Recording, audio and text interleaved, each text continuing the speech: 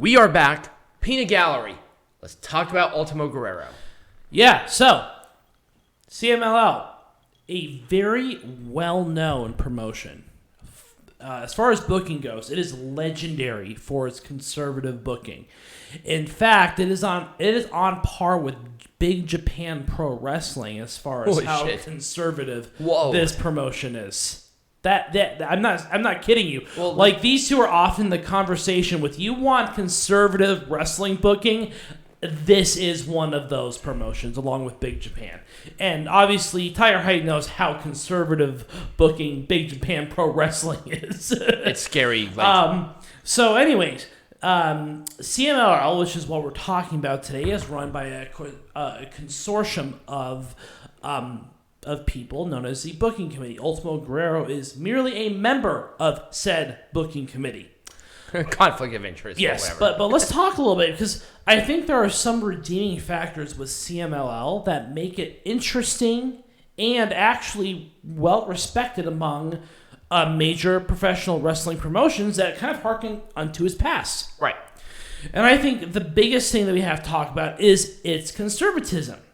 Not only with regards to the matches that they create, but also the rivalries that go up to these matches, and they are very strict about the presentation of the characters on screen. Yep. So I'm going to talk about a couple of different little highlights with these promotions. The first one I think we should talk about is the proliferation of tag teams and trios matches. So go ahead and pull up the trios.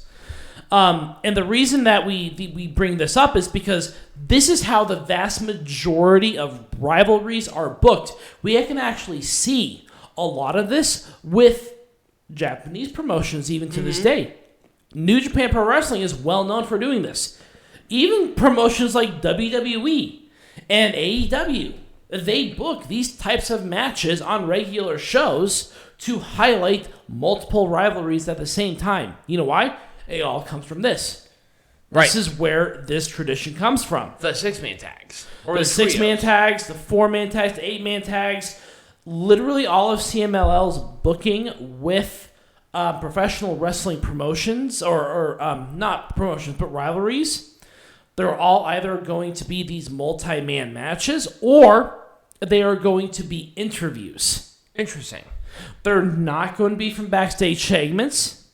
They're not going to be from in-ring interference, and they're not going to be from singles matches. Singles matches in CMLL are actually relatively rare. Interesting. Yeah. And the reason for that, again, is because of these traditions where, and I think this goes back to the way back, when you would use tag team matches to protect the champion in a rivalry. Right. To book them in multi-man tag matches or multi-women tag matches to kind of protect the overall health of those people participating in said rivalries. Right.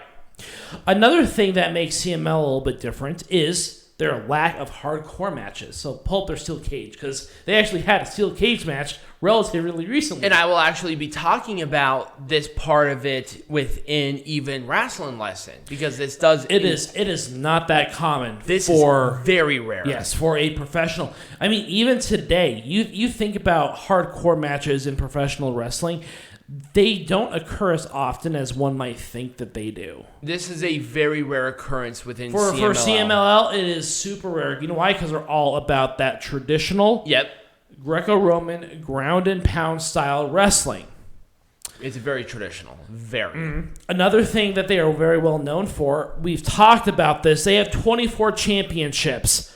Let's talk about the regional championships. So, here's the reason that they have a lot of these regional championships, is that CMLL was founded in an era in which wrestlers didn't really travel a lot outside of their home regions. Right.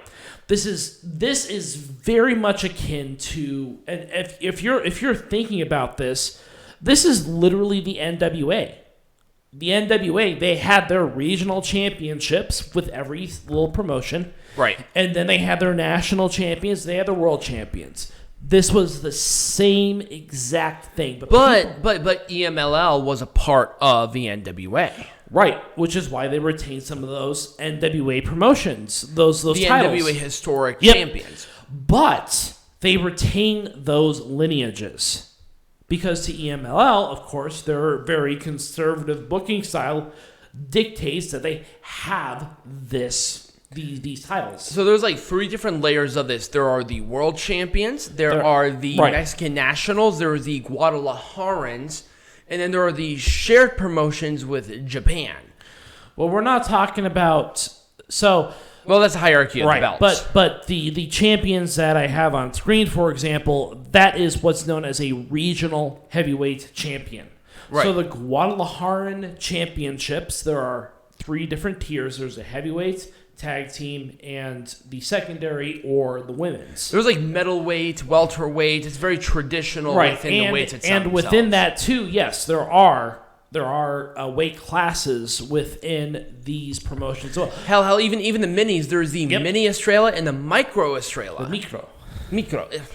Oh, anyways, so the point being is that the way in which they have these titles hierarchically recognized, regionally recognized, and nationally recognized are very much akin to what it was beforehand. Right. And we have to understand and recognize that is very important to this particular promotion because of how old it is. Right. This is a promotion where if you really change anything, it changes everything. Right. And it's hard to do that, and that's why the guy who did Triple A left the promotion, because he really wanted to change that, but they didn't want to because it's been around since the early 30s. And I've talked about this before, where we've had younger guys leave and form their own promotions because of the way they've been treated. I mean, this is a Cinderella story that's been told thousands of times within the professional wrestling community. You know, just everything from AAA to even AEW. I can argue that AEW was founded because people were frustrated with the direction of creatives, which is all well and good. The point being is that I think that there is a place definitely for a promotion like CMLL to thrive. And I think that the key to their long-term success, in my opinion, lies in them doing something very similar to what NWA is doing. I want your thoughts on this.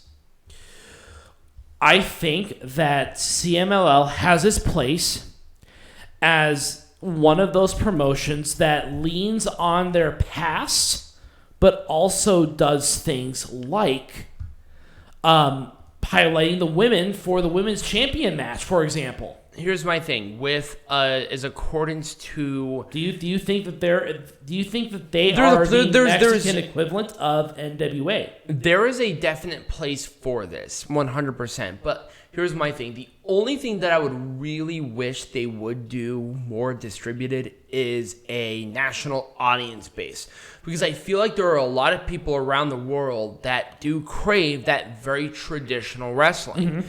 And of how old CMLL is, they can really capitalize on that traditional opportunity that even a company like NWA has done. Yeah. And people respect it immediately. And I think CMLL is really wasting a big opportunity there, because not only do they have that global audience reach, because they have so many different people that went through this fucking promotion that you would consider to be not only Lucha Libre legends, but wrestling legends, but also they own the building that they actually promote in. Yeah. There is no other company that has that, other than maybe AEW, but they don't even do it out of there all the time. Right. Arena Mexico is owned by the CMLL. Yeah, it'd almost be like Madison Square Garden being owned by WWE. Right. Now, it's like, oh, what about Daly's Place? Yeah, but AEW doesn't do all their stuff out of Daly's Place. That's the difference. They do everything out of this arena. Every single show. So I feel like they're really wasting a big opportunity there. But I do in a way appreciate, and I think it is actually very charming that traditional manner. There is a place for it within Mexican promotion, 100%. Especially within Mexican tradition. 100%. There is. I need to capitalize on that. I think there could even be a global audience for that traditional Mexican style too. Oh yeah, absolutely. I think so, and especially with their working relationships with like your Ring of Honors and your New Japans, it's something to really capitalize on.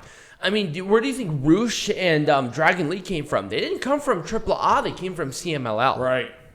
So it's something to really think about. So when we come back, do you have anything else to? No, I got nothing else to say. I thought it was interesting little tidbit there. Yeah, absolutely. So when we come back, we'll talk about Wrestling Lesson. We're going to be talking about the anniversary shows of CMLL. All right.